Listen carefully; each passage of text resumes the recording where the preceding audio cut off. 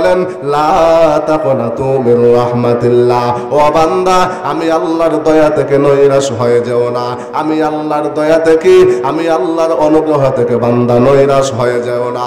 দুনিয়ার জমিনে বান্দা, দুনিয়ার জমিনে মানুষেরা সামান্য পরিমাণ অপরাধ করলেও ছাড় দেওয়া হয় না, ঠিক না বেঠিক?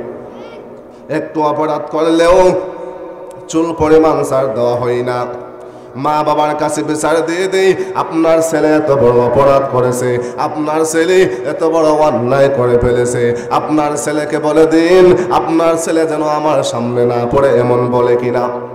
কিন্তু বাবারে আল্লাহ কত বড় মহান, আল্লাহ কত বড় মার্জনাকারী, আল্লাহ কত বড় দয়ালু। বান্দা এত বড় বড় গুনাহ করার পরও আল্লাহ বান্দাকে ডাকেন। আল্লাহ বলেন ওয়াসারিউ ইলা মাগফিরাতিম মির রাব্বিকুম, হে বান্দা গুনাহ করেছো, অন্যায় করেছো, ও বান্দা আসো আমি রবের দিকে দৌড়াইয়া আসো, ও বান্দারে আমি রবের দিকে দৌড়াইয়া আসো, ও বান্দা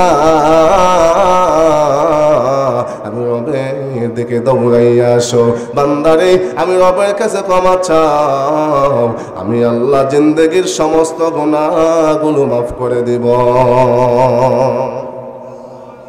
করার পরেও আল্লাহ বান্দাকে বারবার ডাকে, হে বান্দা গুনাহ করেছ, চিন্তার কোনো কারণ নাই, টেনশনের কোনো কারণ নাই, বান্দারে আসো আমি রবের দিকে ফিরে আসো।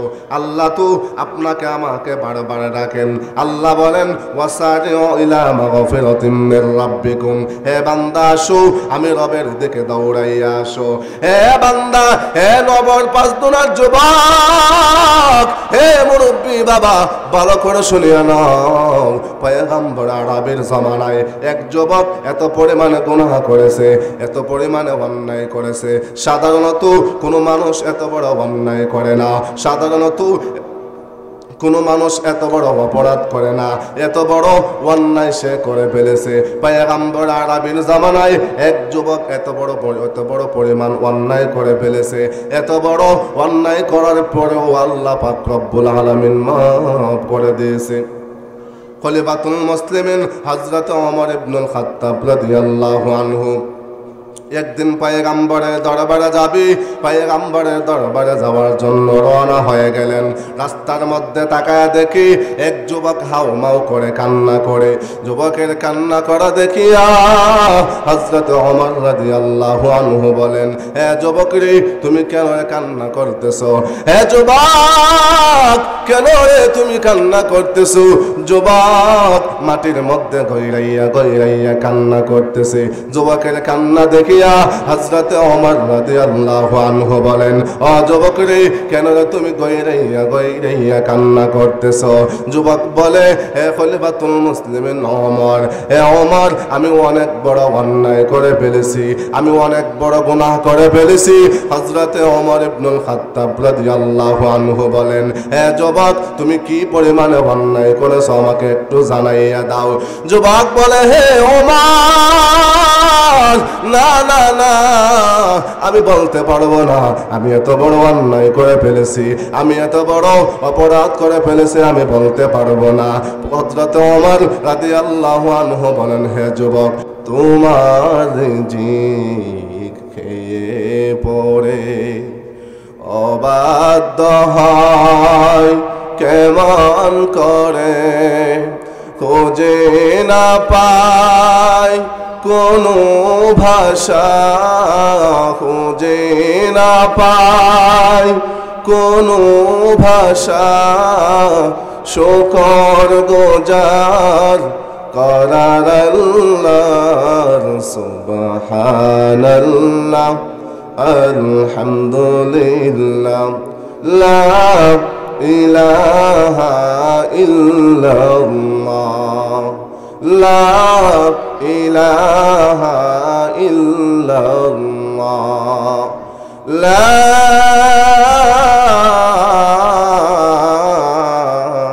ইলাহা ইল্লাল্লাহু মুহাম্মাদুর রাসূলুল্লাহ সাল্লাল্লাহু আলাইহি ওয়াসাল্লাম।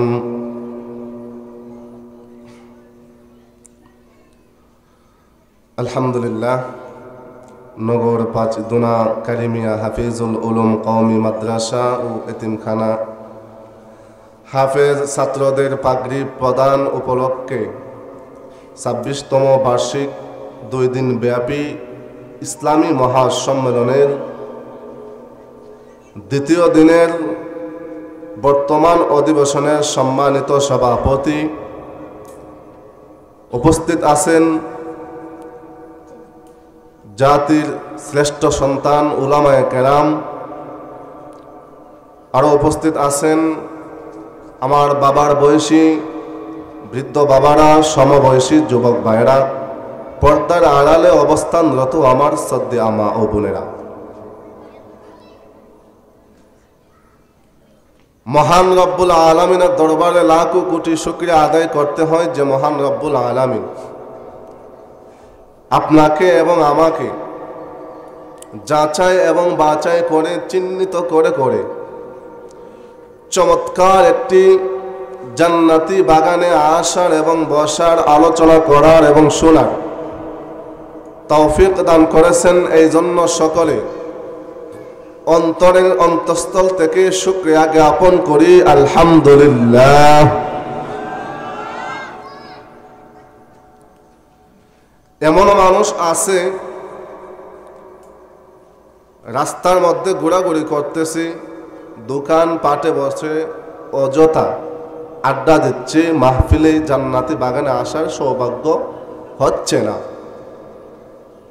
আল্লাহ আপনাকে আমাকে তাদের মধ্য থেকে, নগর পাঁচদোনা তো শুধু এতগুলো মুসলমান নয়, হাজার হাজার মুসলমান আছে, তাদের থেকে আল্লাহ আপনাকে আমাকে যাচাই এবং বাছাই করে দয়া এবং মায়া করে জান্নাতি বাগান ইসলামী মহাসম্মেলনে আসার এবং বসার, আলোচনা করার, শোনার তৌফিক দান করেছেন। এই জন্য আবারও আকাশ বাতাস মুখরিত করে হৃদয়ের গভীর থেকে শুকরিয়া জ্ঞাপন করি আলহামদুলিল্লাহ।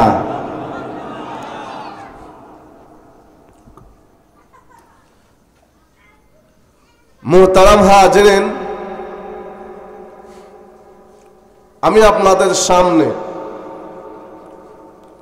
মহাগ্রন্থ আল কোরআন থেকে একখানা আয়াতে কারিমা বিশ্বনবী রাহমাতুল লিল আলামিনের অসংখ্য অমীয় বাণী থেকে একখানা হাদিস তেলাওয়াত করছি।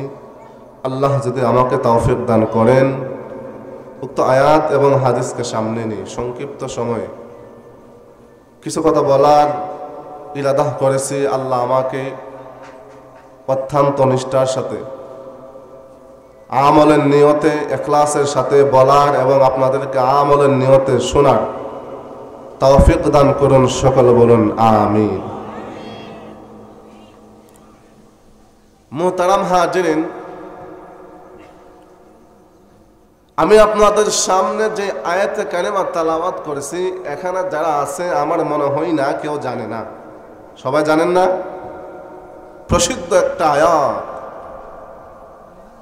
আমি আপনাদের সামনে যে আয়াতে কারিমা তেলাওয়াত করেছি, প্রসিদ্ধ একটা আয়াত, সকলেরই জানা আছে, এমনকি এই বয়ান আমরা সকলেই পারি।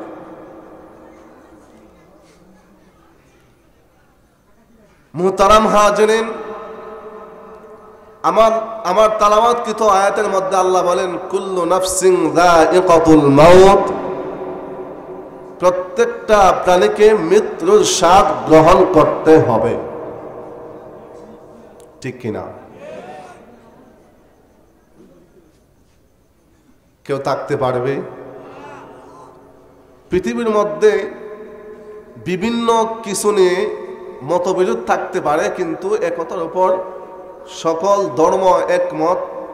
মুসলমান বলেন, হিন্দু, খ্রিস্টান, নাসারা, বুদ্ধ, যত ধর্ম আছে এটার উপর একমত যে একদিন পৃথিবী থেকে বিদায় হতে হবে। আপনারা কথা বলবেন। আজীবন কেউ থাকতে পারবে না। আমার তেলাওয়াতকৃত হাদিসের মধ্যে রাসূল বলেন, কাফা বিল মাউতি ওয়াইদান, আমার উম্মতের জন্য মরণের ওয়াজটাই যথেষ্ট।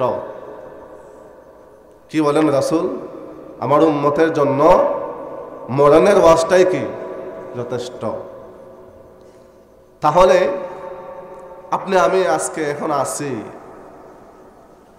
কিছু বছর পূর্বে ছিলাম না, আবার এখন আছি, আবার চলে যাব, থাকতে পারবো না, একদিন পৃথিবী থেকে বিদায় নিতেই হবে। আল্লাহ বলেন কুল্লু নাফসিন যায়িকাতুল মাউত সুম্মা ইলাইনা তুরজাউন।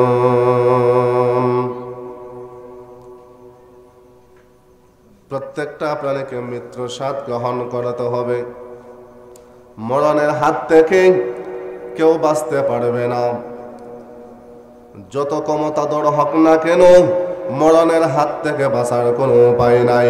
যত শক্তিধর হোক না কেন, মরণের হাত থেকে বাঁচার কোনো উপায় নাই। যত ক্ষমতাসীনরা ছিল, যত ক্ষমতাধররা ছিল, আজ পর্যন্ত কেউ থাকতে পারে নয়। সকলকে একে একে পৃথিবী থেকে বিদায় হতে হয়েছে। হে নগর পাঁচদুনার মুসলমান, ও বাবা, ভালো করে কথাগুলো দিলে কান দিয়া শুনবেন। হে যুবক ভাইরা, হে মুরব্বী বাবারা, হে পর্দার আড়ালের মা বোনেরা, একটা সময় ছিল আমার আপনার নাম নেওয়ার পর্যন্ত কেউ ছিল না, আপনার আমার নাম কেউ নিত না। এমন একটা সময় ছিল আমাকে উল্লেখ করার মতো আমি কোনো কিছু ছিলাম না। আবার এমন একটা সময় আসবে আমার নামটা পর্যন্ত কেউ নেবে না। ঠিক না ঠিক? আমার আপনার নাম কেউ নেবে না, এমন একটা সময় আসবে কিনা? আসবে কিনা? একদিন পৃথিবী থেকে বিদায় হতে হবে। শুধু মানুষ কেন, এই সুন্দর ব্যবস্থাপনা কিছুই থাকবে না। সুন্দর ব্যবস্থাপনা, আসমান একদিন থাকবে না, জমিন থাকবে না, তারকারাজি থাকবে না, চাঁদ সূর্য কোনো কিছুই তো থাকবে না। সুন্দর ব্যবস্থাপনা কোনো কিছুই থাকবে না। আপনাদের নগর পাঁচদুনা একদিন থাকবে না, নরসিংদীও একদিন থাকবে না, বিবাড়িও থাকবে না, কুমিল্লাও থাকবে না, ব্রাহ্মণবাড়িয়া থাকবে না, ঢাকা থাকবে না, সিলেট থাকবে না। আল্লাহ বলেন কুল্লু মান আলাইহা ফান, সব কিছু ফান ফান হয়ে যাবে, সব কিছু তো দলিশত হয়ে যাবে, সব কিছু ফান ফান হয়ে যাবে। এই পৃথিবীতে যা আছে সবগুলো ফান ফান হয়ে যাবে, কোনো কিছুই থাকবে না। একমাত্র সম্মান এবং ইজ্জতের মালিক, একমাত্র সম্মান এবং ইজ্জতের মালিক আল্লাহ ব্যতীত এই পৃথিবীতে যা আছে সবগুলো ধ্বংস হয়ে যাবে। কোনো কিছুই তো থাকবে না। হে বাবা, কোনো কিছুই থাকবে না। শুধু মানুষ কেন, এই পৃথিবী একদিন থাকবে না। আল্লাহ বলেন ইযাস সামাউ ফাতারাত ওয়া ইযাল কাওয়াকিবু তাসআরাত ওয়া ইযাল বিহারু ফুজ্জিরাত। আসমান একদিন থাকবে না, তারকারাজি থাকবে না, পাহাড়গুলোও একদিন থাকবে না, কোনো কিছুই তো থাকবে না, সবগুলো তো ধ্বংস হয়ে যাবে। একমাত্র সম্মান এবং ইজ্জতের মালিক আল্লাহ ব্যতীত পৃথিবীতে যা আছে সবগুলা ধ্বংস হয়ে যাবে। আল্লাহ বলেন আইনামা তাকুনু ইদরিকুমুল মাউত ওয়ালাউ কুনতুম ফি বুরুজিম মুশাইয়াদা। ও বান্দারে, মরণ থেকে তোমরা কোথায় গিয়ে পলায়ন করবা? ও বান্দা শুনিয়া নাও, যদি সুদৃঢ় প্রাচীর বানায়া, দেওয়াল বানায়া যদি ওই দেওয়ালের ভিতরে আত্মগোপন করো, আল্লাহ বলেন ওই দেওয়ালের ভিতর থেকে আমি আল্লাহ তোমার জানকে কবজ করার মতো শক্তি আজরাইলকে দিয়েছি। মরণ থেকে বাঁচতে পারবো? মরণ থেকে কেউ বাঁচতে পারবো না। একদিন তো পৃথিবী থেকে বিদায় হতে হবে, অনিবার্য। এখানে যারা আছেন দুইটা চক্ষু বন্ধ করে দেন রে বাবা। আপনার আমার আগে আমাদের পর দাদারা ছিল, আমাদের দাদারা ছিল, আমাদের বাবারা ছিল, চাচারা ছিল, এখন তারা কোথায় চলে গেল? আমার দাদাও হারাইলাম, আমার বাবাও আমি হারাইলাম। এখানে অনেকজন আছে বাবা হারায় এতিম, অনেকজন এমন আছে মা হারায় এতিম, অনেক মানুষ এখানে আছে আপন বড় ভাই হারিয়ে ফেলেছে, ঠিক না বেটি? এমন একটা সময় আসবে আপনি আমিও থাকবো না, এমন একটা সময় আসবে আমার আপনার নামটা পর্যন্ত মাইকে মাইকে ঘোষণা হয়ে যাবে, এমন একটা সময় আসবে আপনার আমার নামটা প্রত্যেকটা মসজিদের মাইকে মাইকে ঘোষণা দিয়ে দিবে, অমুক দুনিয়াতে নয় অমুক ইন্তেকাল করেছে। এমন একটা সময় আসবে আপনার আমার নামটা পর্যন্ত কেউ নেবে না, আপনার আমার নামটা পর্যন্ত চেঞ্জ হয়ে যাবে, আপনার আমার নামটা পর্যন্ত লাশে পরিণত হয়ে যাবে। আপনাকে আমাকে সাদা কাপড়ের প্যাকেট বানায়া অন্ধকার কবরে রেখে দিবে। আমার আত্মীয় স্বজন আমাকে ঘর থেকে ঘর ধাক্কা দিয়ে বাহির করে দিবে, ঠিক না বেটি? আমার আত্মীয় স্বজনরা আমাকে ঘর থেকে ঘর ধাক্কা দিয়ে বাহির করে দেবে, কবরের মধ্যে শুয়ে দিবে। ওই কবরে গেলে কবরের সামান আমরা তৈরি করতে পারতেছি কিনা এটা আমাদের হলো চিন্তার ভাবনার দরকার। কবরের দিকে রওনা হচ্ছি, ওই কবরে আমরা কি নিয়ে যাব? কবরের দিকে রওনা হচ্ছি, ওই কবরে আমরা কি নিয়ে যাব রে বাবা? ও বাবারে, এখানে যারা আছেন আমরা অধিকাংশই গুনাহগার, আমাদের গুনাহের কারণে আমরা জাহান্নামের কিনারা দিয়ে দিয়ে হাঁটতেছি, আমরা এত পরিমাণে গুনাহ করে ফেলেছি, আমাদের গুনাহের কারণে আমরা জাহান্নামের কিনারা দিয়ে দিয়ে হাঁটতেছি, ঠিক না বেঠিক? এত পরিমাণে গুনাহ করেছি, আমাদের গুনাহের কারণে আমরা জাহান্নামের কিনারা দিয়ে দিয়ে হাঁটতেছি। ওই জাহান্নামের কিনারা থেকে বাঁচার উপায় কি রে বাবা? মরণ যেহেতু একদিন হবে, মরলেই আমাদের হয়ে যাবে জাহান্নাম অবধারিত। কারণ এত পরিমাণে গুনাহ কামাইছি, এত পরিমাণে জীবনে গুনাহ কামাইছি, যদি মরিয়া যায় তাহলে আমরা ডাইরেক্ট জাহান্নামে চলে যাব। কারণ এত পরিমাণে গুনাহ করেছি, গুনার কারণে আমার হাতগুলো নাপাক হয়ে গেল, গুনার কারণে আমার পাগুলো নাপাক হয়ে গেল, গুনার কারণে আমার জবান বড় নাপাক হয়ে গেল। এত পরিমাণ গুনাহ করেছি, এখন যদি মরিয়া যায় জাহান্নাম ছাড়া কোনো উপায় না। তাহলে প্রশ্ন করতে পারেন, ওই জাহান্নাম থেকে আমরা বাঁচবো কিভাবে? জাহান্নাম থেকে বাঁচার উপায় কি? জাহান্নাম থেকে বাঁচার উপায় হলো একমাত্র তওবা। যদি তওবা করে মরতে পারি, তওবা করে যদি অতীতের গুনাহ থেকে বেরিয়ে আসতে পারি, তাহলেই তো জান্নাতে যাইতে পারবো, না হয়তো জান্নাতে যাওয়ার কোনো আশা নাই। যদি তওবা না করে মরিয়া যায়, যদি তওবা না করে মরিয়া যায়, ওই জাহান্নাম ছাড়া আমাদের কপালে আর কিছু নাই। তাহলে জীবনের সবচেয়ে বড় সমস্যার সমাধান হলো কি? তওবা। যেহেতু আমরা এই পৃথিবীতে এখন আছি, একদিন ছিলাম না, এখন আছি, আবার থাকবো না, কবরে যাইতে হবে। কবরে গেলে আমরা কি জান্নাতে যাব না জাহান্নামে যাব? নিজেরাই অনুধাবন করতে পারতেছি, এত পরিমাণে গুনাহ কামাইতেছি, গুনাহের কারণে আমরা জাহান্নামের কিনারা দিয়ে দিয়ে হাঁটতেছি। জাহান্নাম থেকে বাঁচার একমাত্র উপায় হলো কি? তওবা। মুহতারাম হাজিরিন, অনেকে প্রশ্ন করতে পারেন, জীবনে অনেক বড় গুনাহ করে ফেলেছি, আল্লাহ কি আমার গুনাহগুলো মাফ করবেন কিনা? আল্লাহ পাক রব্বুল আলামিন অবশ্যই অবশ্যই আপনার জিন্দেগীর সমস্ত গুনাহগুলো মাফ করবেন। কারণ বান্দা এত বড় বড় বড় বড় অন্যায় করার পরেও, বান্দা এত বড় বড় অপরাধ করার পরেও আল্লাহ বান্দাকে বারবার ডাকে। আল্লাহ বলেন, ও বান্দা গুনাহ করে ফেলেছো, বান্দারে অন্যায় করে ফেলেছো, ও বান্দা গুনাহ করে ফেলেছো, ও বান্দা তোমার গুনাহ হয়ে গেছে রে বান্দা, ও বান্দা পাহাড় সম পরিমাণ গুনাহ করে ফেলেছো, ও বান্দারে তোমার গুনাহ সমুদ্রের ফেনার চেয়েও বেশি হয়ে গেছে।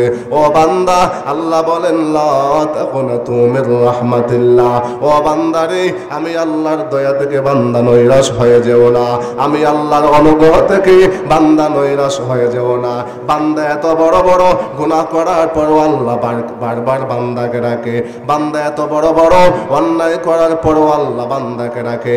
আল্লাহ বলেন, ওয়াসারিউ ইলা মাগফিরাতিম মির রাব্বিকুম, হে বান্দা আসো আমি রবের দিকে দৌড়াই আসো। হে বান্দা গুনাহ করে ফেলেছো, বান্দারে টেনশনের কোনো কারণ নাই, ও বান্দা গুনাহ করেছো ডিপ্রেশনের মধ্যে পড়ে যাইবা না, ও বান্দা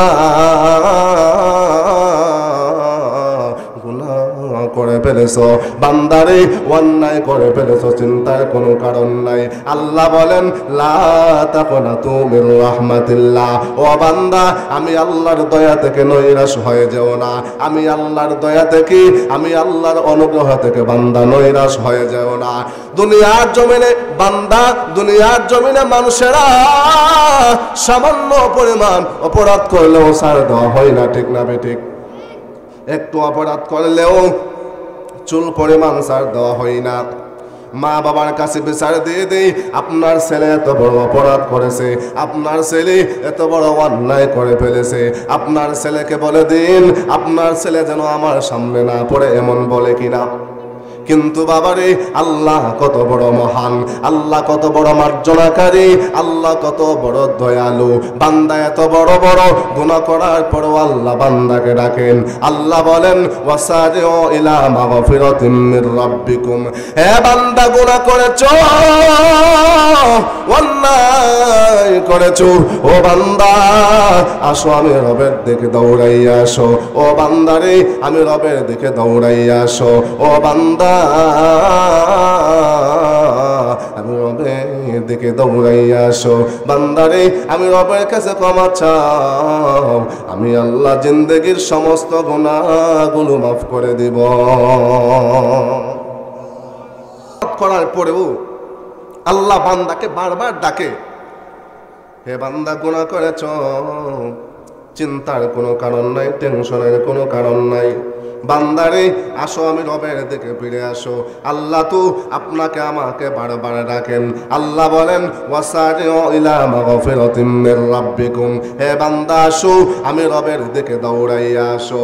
হে বান্দা, হে নবর পাঁচ দুনার যুবক, হে মুরব্বী বাবা, ভালো করে শুনিয়া নাও, পয়গম্বর আরবের জামানায় এক যুবক এত পরিমাণে গুনাহ করেছে, এত পরিমাণে অন্যায় করেছে। সাধারণত কোনো মানুষ এত বড় অন্যায় করে না, সাধারণত কোনো মানুষ এত বড় অপরাধ করে না, এত বড় অন্যায় সে করে ফেলেছে। পয়গম্বর আরবের জামানায় এক যুবক এত বড় পরিমাণ অন্যায় করে ফেলেছে। এত বড় অন্যায় করার পরেও আল্লাহ পাক রব্বুল আলামিন মাফ করে দিয়েছে। খলিফাতুল মুসলিমিন হযরত ওমর ইবনুল খাত্তাব রাদিয়াল্লাহু আনহু একদিন পয়গম্বরের দরবারে যাবি, পয়গম্বরের দরবারে যাওয়ার জন্য রওনা হয়ে গেলেন। রাস্তার মধ্যে তাকায় দেখি এক যুবক হাউমাউ করে কান্না করে। যুবকের কান্না করা দেখিয়া হযরত ওমর রাদিয়াল্লাহু আনহু বলেন, হে যুবক রে, তুমি কেন কান্না করতেছো? হে যুবক, কেন রে তুমি কান্না করতেছো? যুবক মাটির মধ্যে গইরাইয়া কান্না করতেছে। যুবকের কান্না দেখি হযরত ওমর রাদিয়াল্লাহু আনহু বলেন, ও যুবক রে, কেন তুমি গইরাইয়া কান্না করতেছো? যুবক বলে, হে খলিফাতুল মুসলিমিন ওমর, হে ওমর, আমি অনেক বড় অন্যায় করে ফেলেছি, আমি অনেক বড় গুনাহ করে ফেলেছি। হযরত ওমর ইবনুল খাত্তাব রাদিয়াল্লাহু আনহু বলেন, হে যুবক, তুমি কি পরিমাণে অন্যায় করেছো আমাকে একটু জানাইয়া দাও। যুবক বলে, হে ওমর, না না না, আমি বলতে পারবো না, আমি এত বড় অন্যায় করে ফেলেছি, আমি এত বড় অপরাধ করে ফেলেছি, আমি বলতে পারবো না। হযরত ওমর রাদিয়াল্লাহু আনহু বলেন, হে যুবক, তুমি আমাকে একটু জানাইয়া দাও, আমি পয়গম্বরের দরবারে যাব, পয়গম্বরের দরবারে গিয়ে তোমার কথা বলবো, তোমার সমস্যার সমাধান হয়ে যাবে। যুবক বলে, না না, আমি বলতে পারবো না, আমি কি পরিমাণে গুনাহ করেছি আমি আপনাকে বলতে পারবো না। যুবককে বারবার বলার পরেও যুবক বলে না, বলে না, বলে না, বলে না, বলে না কি পরিমাণে গুনাহ করেছি। হযরত ওমর রাদিয়াল্লাহু আনহু এক পর্যায়ে যুবকের কান্না দেখে, সে কি গুনাহ করেছে, সে কি গুনাহ করেছে, সে কি অপরাধ করেছে, আমাকে বলে না, আমাকে বলে না গো পয়গম্বর। হযরত ওমর রাদিয়াল্লাহু আনহুকে পয়গম্বর আরবি পাঠাইয়া দিলেন, এ ওমর, যাও যাও যাও, ওই যুবককে আমার দরবারে নিয়ে আসো। খলিফাতুল মুসলিমিন ওই যুবকের কাছে গিয়ে যুবককে বলতেছে, পয়গম্বর আরবি দরবারে যাওয়ার জন্য বলতেছে, পয়গম্বর আরবির দরবারে রওনা হয়ে যাও। যুবক বলে, না না, আমি পয়গম্বরের দরবারে যাব না, পয়গম্বরের দরবারে আমি যাইতে পারবো না। যুবক রাজি হয় না। এক পর্যায়ে জোরপূর্বক হযরতে ওমর রাদিয়াল্লাহু আনহু যুবককে নিয়ে পয়গম্বরের দরবারে হাজির হয়ে গেলেন। পয়গম্বরের দরবারে হাজির হওয়ার পরে এমন সময় পয়গম্বর আরবি বললেন, ও যুবক, তুমি কি পরিমাণে গুনাহ করেছো?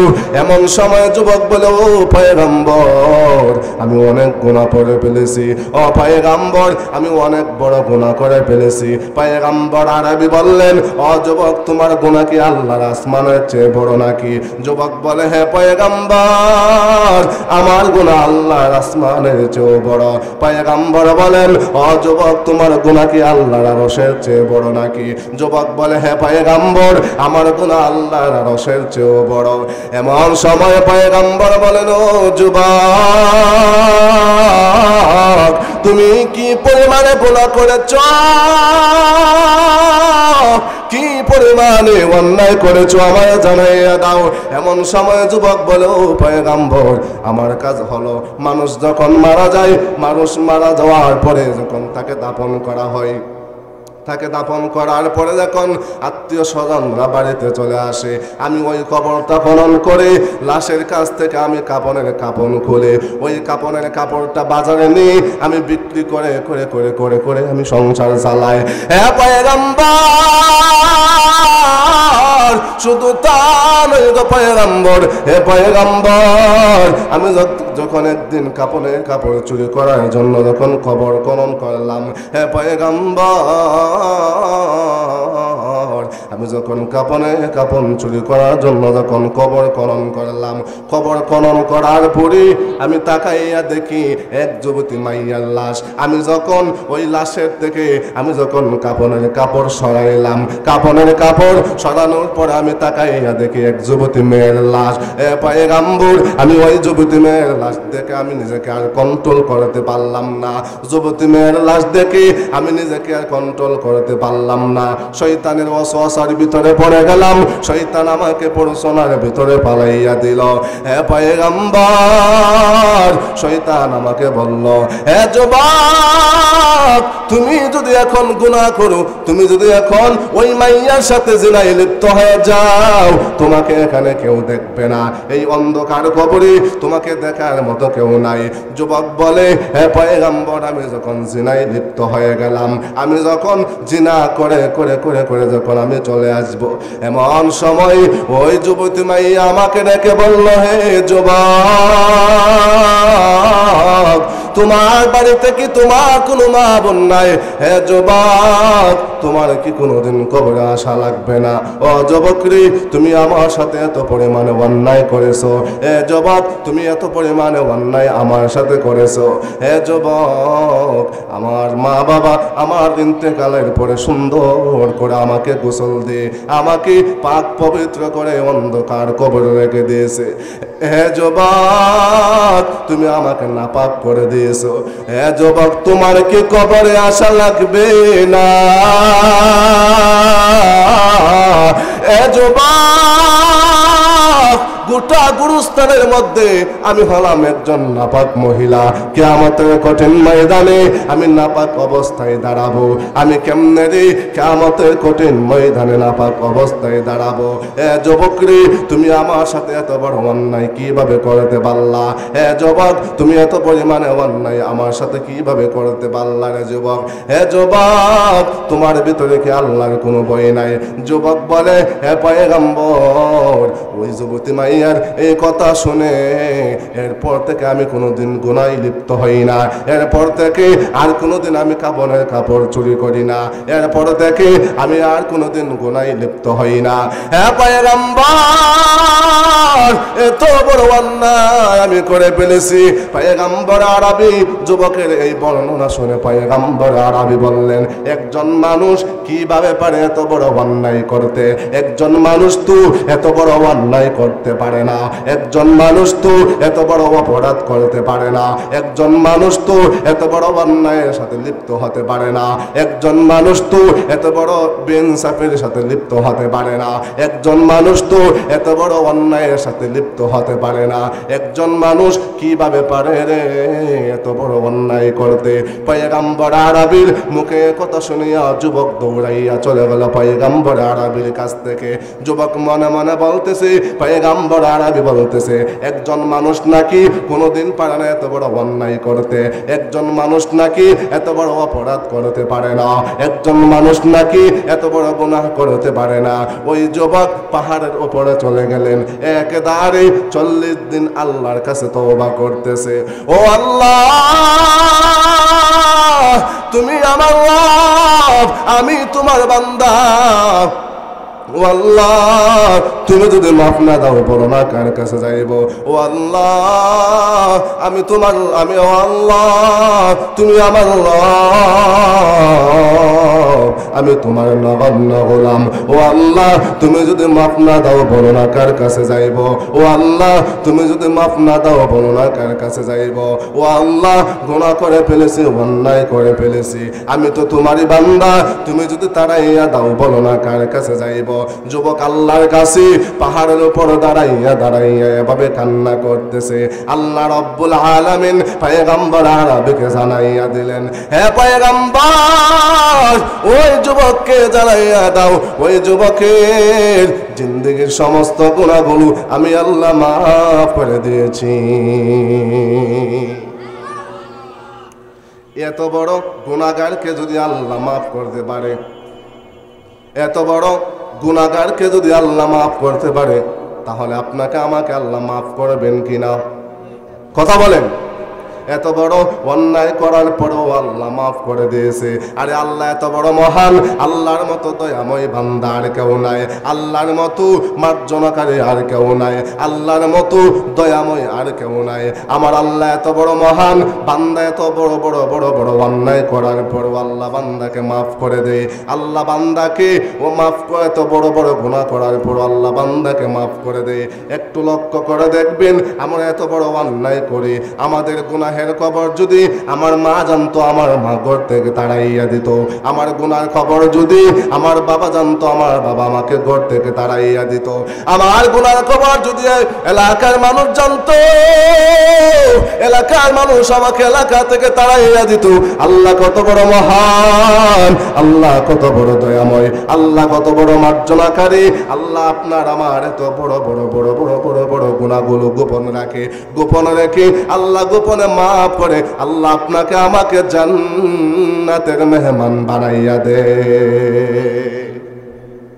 ইয়া ইলাহি তু মেরা মাবুদ হ্যায়, ইয়া ইলাহি তু মেরা গফফার হ্যায়। আল্লাহ আল্লাহ क्या मुबारक नाम है, अल्लाह अल्लाह आशिकों का काम है। আল্লাহ যদি এত বড় বড় গুনাহগারকে মাফ করতে পারে, তাহলে আপনাকে আমাকে মাফ করবেন কিনা?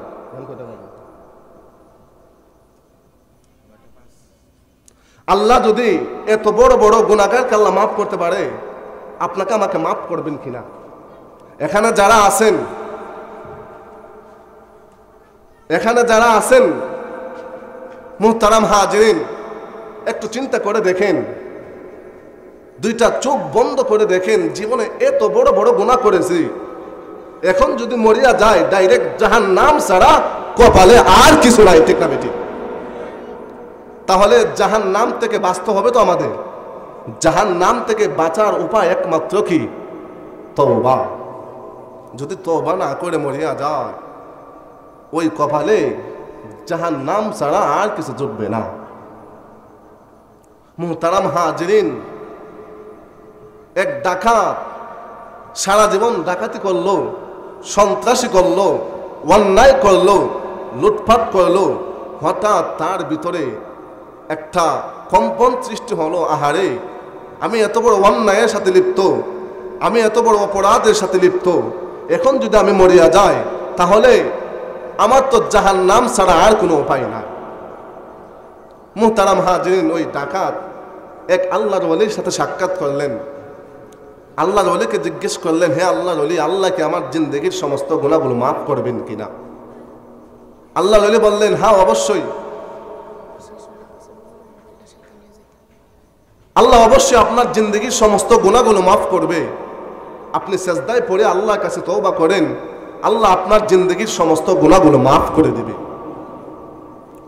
মুহতারাম হাজিরিন, ওই ডাকাত বাসায় গিয়ে সেজদায় পড়ে আল্লাহর কাছে তওবা করে, ডাকাত সেজদায় পড়ে পড়ে পড়ে পড়ে পড়ে আল্লাহর কাছে ক্ষমা চাই। ও আল্লাহ, তুমি যদি মাফ না দাও বলো না কার কাছে যাইব? ও আল্লাহ, তুমি ছাড়া তো আর কোনো মাফ করে নেওয়ালা নাই। ও আল্লাহ, তুমি ছাড়া তো আর কোনো ইলাহ নাই। ও আল্লাহ, তুমি ছাড়া তো আর কোনো মাফ করে নেওয়ালা নাই। ও আল্লাহ, আমি হতে পারি গুনাহগার, আমি হতে পারি না ফরমান, আমি হতে পারি পসাগান্দা। ও আল্লাহ, তারপরেও তো আমি তোমারই বান্দা। ও আল্লাহ, তুমি যদি মাফ না দাও বলো না কার কাছে যাইব? ডাকাত সাজদায় পড়ে পড়ে এভাবে কান্না করতেছে, ও আল্লাহ, গুনাহ করে ফেলেছি, অন্যায় করে ফেলেছি, পাহাড় সম পরিমাণ গুনাহ হয়ে গেছে। ও আল্লাহ, এই গুনাহ নিয়ে যদি কবরে যায়, জাহান্নাম ছাড়া আর কোনো উপায় নাই রে আল্লাহ। ও আল্লাহ, জাহান্নামের আগুন সহ্য করতে পারবো না। ও আল্লাহ, জিন্দেগির সমস্ত গুনাহগুলো মাফ করে দাও। ডাকাত সাজদায় পড়ে আল্লাহর কাছে ভাবে কান্না করে, ও আল্লাহ, আমি হতে পারি গুনাহগার, আমি হতে পারি দুনিয়ার সবচেয়ে বড় পসাগান্দা, আমি হতে পারি দুনিয়ার সবচেয়ে বড় নাফরমান। ও আল্লাহ, আমি তারপরও তো তোমারই বান্দা। তুমি যদি মাফ না দাও বলো না কার কাছে যাইব?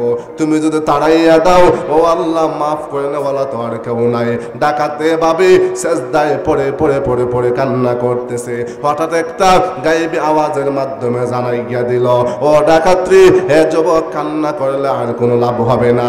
আল্লাহ তো তোমার নামটা জাহান্নামীদের খাতায় লিখে দিয়েছে। পাশের রুমে ছিল স্ত্রী এসে বলল, স্বামী আমার, কান্না করলে তো লাভ হবে না, আপনার নামটা নাকি আল্লাহ জাহান্নামীদের খাতায় লিখে দিয়েছে। এমন সময় স্বামী বলেন, হে স্ত্রী আমার, এখন যদি আমি কান্না না করি, কিয়ামতের কঠিন ময়দানে আমি কেমনে রে জাহান্নামের আগুন সহ্য করব? লক্ষ লক্ষ কোটি কোটি কোটি কোটি মানুষের সামনে আমি অপরাধী হয়ে দাঁড়াইব। হে আমার স্ত্রী, ওই আল্লাহ ছাড়া কি আর কোনো আল্লাহ আছে কিনা মাফ করে নেওয়ালা? স্ত্রী বলে, না না না, ওই আল্লাহ ছাড়া কোনো আল্লাহ নাই, ওই আল্লাহ ব্যতীত আর কোনো মাফ করে নেওয়ালা নাই।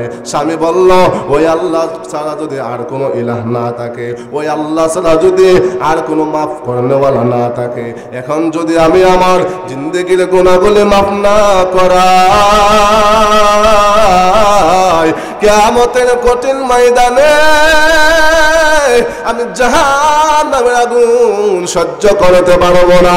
জাহান্নামের আগুন দুনিয়ার কোনো বাহাদুর সহ্য করতে পারবে না, দুনিয়ার কোনো ক্ষমতাসীন জাহান্নামের আগুন সহ্য করতে পারবে না, দুনিয়ার কোনো ক্ষমতাধর জাহান্নামের আগুন সহ্য করতে পারবে না।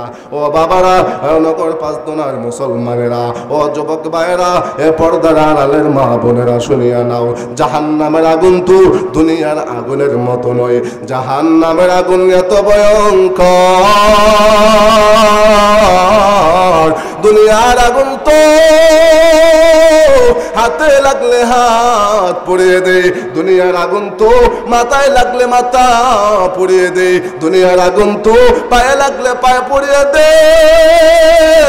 আর জাহান্নামের আগুন এত কঠিন, এত ভয়াবহ। জাহান্নামের আগুন শরীরের যে কোনো অংশে লাগুক না কেন, ভিতরের কলিজা পর্যন্ত পড়ে সারকার হয়ে যাবে। জাহান্নামের আগুন তো কেউ সহ্য করতে পারবে না রে বাবা। দুনিয়ার কোনো বাহাদুর জাহান্নামের আগুন সহ্য করতে পারবে না, দুনিয়ার কোনো ক্ষমতাসীন জাহান্নামের আগুন সহ্য করতে পারবে না। স্বামী স্ত্রীকে বলল, কিয়ামতের কঠিন ময়দানে আমি কেমনে জাহান্নামের আগুন সহ্য করব, আমি তো জাহান্নামের আগুন সহ্য করতে পারবো না। ও আমার স্ত্রী, ওই আল্লাহ ছাড়া যদি আর কোনো আল্লাহ না থাকে, ওই আল্লাহ ছাড়া যদি আর কোনো মাফ করে নেওয়ালা না থাকে, ওই আল্লাহ কি পারে না যে আল্লাহ আমার নামটা জাহান্নামীদের খাতায় লিখে দিয়েছে, ওই আল্লাহ কি পারে না আমার নামটা আবার জাহান্নামীদের খাতা থেকে কেটে জান্নাতীদের খাতায় লিখে দিতে? স্ত্রী বলল, হা হা হা, অবশ্যই ওই আল্লাহ তো পারে, ওই আল্লাহর মতো ক্ষমতাবান আর কেউ নাই, ওই আল্লাহ তো পারে আপনার নামটা জাহান্নামীদের খাতা থেকে জান্নাতীদের খাতায় লিখে দিতে। এবারে স্বামী বলল, হা হা অবশ্যই, যতক্ষণ পর্যন্ত আমাকে আল্লাহ মাফ না করবে, যতক্ষণ পর্যন্ত ক্ষমার ঘোষণা আসবে, ততক্ষণ পর্যন্ত আমি আমার কান্না বন্ধ করব না। স্বামী আবার সেজদায় পড়ে আল্লাহর কাছে কান্না করে, হে আল্লাহ, গুনাহ করে ফেলেছি, অন্যায় করে ফেলেছি, আল্লাহ গো তুমি ছাড়া তো আর কোনো ইলাহ নাই, ও আল্লাহ তুমি ছাড়া তো আর কোনো ডাকনেওয়ালা নাই, ও আল্লাহ তুমি ছাড়া তো আর কোনো মাফ করাওয়ালা কেউ নাই, ও আল্লাহ তুমি যদি মাফ না করো বলো না কার কাছে যাইব? ও আল্লাহ, গুনাহ করে ফেলেছি, আমার গুনাহ পাহাড় সম পরিমাণ হয়ে গেছে, আমার গুনাহ তো সমুদ্রের ফেনার চেয়েও বেশি হয়ে গেছে, ও আল্লাহ তুমি যদি মাফ না করো বলো না কার কাছে যাইব? ওই স্বামী সেজদায় পড়ে পড়ে পড়ে পড়ে কান্না করতেছে। যুবক আল্লাহর বান্দা ডাকা সেজদায় পড়ে পড়ে পড়ে পড়ে এভাবে কান্না করতেছে। হঠাৎ গাইবে একটা আওয়াজের মাধ্যমে জানাইয়া দিল, এ যুবক আর কান্না করতে হবে না, ও যুবক কান্না করতে হবে না, ও যুবক তোমার নামটা আল্লাহ জাহান্নামীদের খাতা থেকে কাটিয়া তোমার নাম আল্লাহ জান্নাতীদের খাতায় লিখে দিয়েছে। এই জন্য এখানে যারা আছি টেনশনের কোনো কারণ নাই রে বাবা। আরে আমার আল্লাহর মতো দয়াময় কেউ নাই, আরে আমার আল্লাহর মতো মার্জনাকারী আর কেউ নাই, আমার আল্লাহর মতো দয়াময় কি আর কেউ আছে? কথা বলেন না কেন? আরে আমার আল্লাহর মতো মার্জনাকারী কি আর কেউ আছে? আমার আল্লাহর মতো মার্জনাকারী আর কেউ নাই। আরে বান্দা, আল্লাহ তো বারবার শিখিয়ে দিচ্ছে, বান্দা গুনাহ করার পরে আল্লাহর কাছে কিভাবে মাফ চাইবে, আল্লাহর কাছে কিভাবে দরখাস্ত করবে, আল্লাহ তো শিখাইয়া দিচ্ছে। কোরআনের বহু জায়গায় আল্লাহ শিখিয়ে দিচ্ছে বান্দা কিভাবে আল্লাহর কাছে মাফ চাইবে। ও ভাইয়েরা, দুনিয়ার মানুষেরা একটু অপরাধ করলে চোর পরিমাণ ছাড় দেয় না, একটু অপরাধ করলেও হাজার হাজার মানুষের সামনে জুতা পিটা করে, হাজার হাজার মানুষের সামনে অপমান করা হয়। আল্লাহ কত বড় মহান, আল্লাহ কত বড় মার্জনাকারী, আল্লাহ কত বড় দয়াময়, আল্লাহ কত বড় মার্জনাকারী। বান্দা গুনাহ করার পরেও আল্লাহ বান্দাকে বারবার ডাকে। শুধু বান্দা ডাকের তা নয়, বান্দা কিভাবে আল্লাহর কাছে দরখাস্ত করবে, বান্দা কিভাবে আল্লাহর কাছে মাফ চাইবে, আল্লাহ কোরআনের বহু জায়গায় দরখাস্ত শিখিয়ে দিয়েছেন। আল্লাহ শিখিয়ে দিয়েছেন, রব্বানা যালামনা ظلمنا أنفسنا وإن لم تغفر لنا وترحمنا لنكونن من الخاسرين আল্লাহ শিখাইয়া দিয়েছেন রব্বানা ফাগফির লানা যুনুবানা ওয়া কাফির আন্না সাইয়্যাতিনা ওয়া তাওয়াফফানা মাআল আবরার আল্লাহ শিখাইয়া দিয়েছে রব্বানা ইন্নানা আমান্না ফাগফির লানা যুনুবানা ওয়া কিনা আযাবান নার আল্লাহ কোরআনের বহু জায়গায় জায়গায় আল্লাহ দরখাস্ত শিখিয়ে দিয়েছে দুনিয়ার জমিনে কি অপরাধ করলে বিচারের জন্য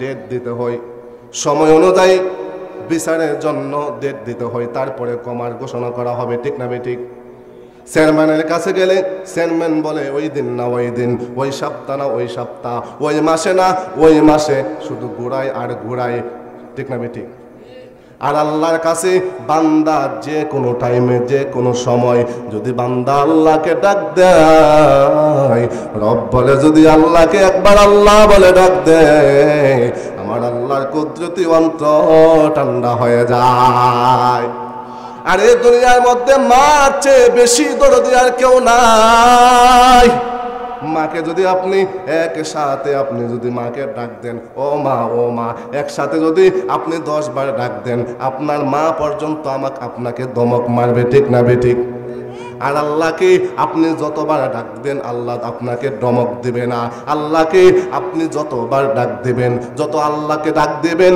আল্লাহ আপনাকে তত কাছে টানবে ঠিক না ঠিক তোমাকে ডাকি যদি একবার আল্লাহ আমাকে কাছে টানো বারবার ঠিক না ঠিক আল্লাহকে যতবার ডাকবেন ততই আপনি আল্লাহর কাছে যাবেন আল্লাহ আপনাকে দমক দেবে না বান্দা আল্লাহ আপনাকে দমক দিবে না আপনি আল্লাহকে যত বেশি ডাকবেন তত আল্লাহর প্রিয় হয়ে যাবে এই জন্য যারা গুনাহ করে ফেলেছে আমি শেষ করে দিচ্ছি যারা গুনাহ করে ফেলেছে অন্যায় করে ফেলেছে অনগর 5 জনের যুবক হে মুরব্বী বাবারা হে পর্দার আড়ালের মা বোনেরা গুনাহ হয়ে গেছে পাহাড়ের সমপরিমাণ গুনাহ হয়ে গেছে আমার গুনাহ সমুদ্রের ফেনার চেয়েও বেশি হয়ে গেছে আমি আপনাদের কাছে প্রশ্ন করতে চাই আমার গুনাহ যত বড় তার চেয়ে আল্লাহর দয়া বেশি বড় নাকি আমার গুনাহ যত বড় আমার আল্লাহর দয়া এর চেয়ে আরো বেশি বড় ঠিক না ঠিক আমার আপনার গুনাহ যত বড় আমার আপনার গুনাহ যত বড় আল্লাহর ক্ষমা এর চেয়ে বড় আল্লাহর রহমতে এর চেয়েও বেশি বেশি বড় ঠিক না ঠিক এই জন্য বাবা ও যুবক ভাইরা গুনাহ করেছেন ডিপ্রেশনের মধ্যে পড়ে যাইবেন না টেনশনের মধ্যে পড়ে যাইবেন না আল্লাহ তো রহিম আল্লাহ তো গফফার আল্লাহ তো মার্জনাকারী আপনি যদি আল্লাহর কাছে 2টা হাত তুলে দোয়া করতে পারেন আল্লাহ বলেন ও বান্দা যদি 2টা চোখের পানি ছাড়িয়া আমি রবের দরবারে যদি তুমি তওবা করতে পারো খাঁটি তওবা যদি করতে পারো তোমার চোখের পানি গালে নিচে আসতে দেরি হবে তোমার গুনাহগুলো মাফ করে তোমাকে পবিত্র বানাইতে আমি আল্লাহ দেরি করব না মুহতারাম হাজির তাহলে যারা গুনাহ করে ফেলেছি অন্যায় করে ফেলেছি আমরা অতীতের গুনাহ থেকে ফিরে আসবো তো ইনশাআল্লাহ আমরা আল্লাহর কাছে তওবা করব আল্লাহ রাব্বুল আলামিন জিন্দেগীর সমস্ত গুনাহগুলো মাফ করে দিবেন অবশ্যই যদি তওবার মতো তওবা করতে পারি খাঁটি তওবা করতে পারি তওবাতুন নাসুহা করতে পারি রব্বে কাবার কসম একবার রব্বে কাবার কসম 2 বার রব্বে কাবার কসম 3 বার আল্লাহ আপনাকে জিন্দেগীর সমস্ত গুনাহগুলি মাফ করে আপনাকে নিরাপদে জান্নাতের মেহমান বানাইয়া দিবে অবশ্যই আল্লাহ আপনাকে জান্নাতের মেহমান বানাইয়া দিবে। মুহতারাম হাজিরিন, এই জন্য যতটুকু আলোচনা করেছি, আমি আপনাদের মাদ্রাসার এক সময় ছাত্র ছিলাম। আলহামদুলিল্লাহ এখন আপনাদের মাদ্রাসা থেকে আমি আজ থেকে আরো 12 বছর আগে বর্তমান যিনি মুহতামিম সাহেব, প্রাণপ্রিয় উস্তাদ হযরত মাওলানা মুফতি নুরুদ্দিন সিরাজি হুজুরের কাছে মিজানুস সরফ পড়েছি। এখন আলহামদুলিল্লাহ আপনাদের দোয়ায় বিভিন্ন খানে বয়ান রাখি। আপনাদের দোয়ায় বড় এক জায়গায় খেদমতে আছি আলহামদুলিল্লাহ। আমি আপনাদের কাছ থেকে শুধু দোয়া নেওয়ার জন্য আসছি। আমার পরে আমাদের ব্রাহ্মণবাড়িয়ার গর্ব স্টেজে উপস্থিত হয়ে গেছেন মুফতি রহমাতুল্লাহ নুরি। খুব সুন্দর চমৎকার কণ্ঠে আলোচনা শোনাবেন, আপনাদেরকে মন ভরে বয়ান শোনাবেন। তারপরে আরেকজন আছে প্রখ্যাত ওয়াইজ সুমিষ্টভাষী হযরত মাওলানা নুরুল আমিন খান সাহেব, অত্যন্ত সুন্দর বয়ান করে থাকেন। এই জন্য আমি আমার বয়ান এখানে শেষ করে দিচ্ছি। যতটুকু আলোচনা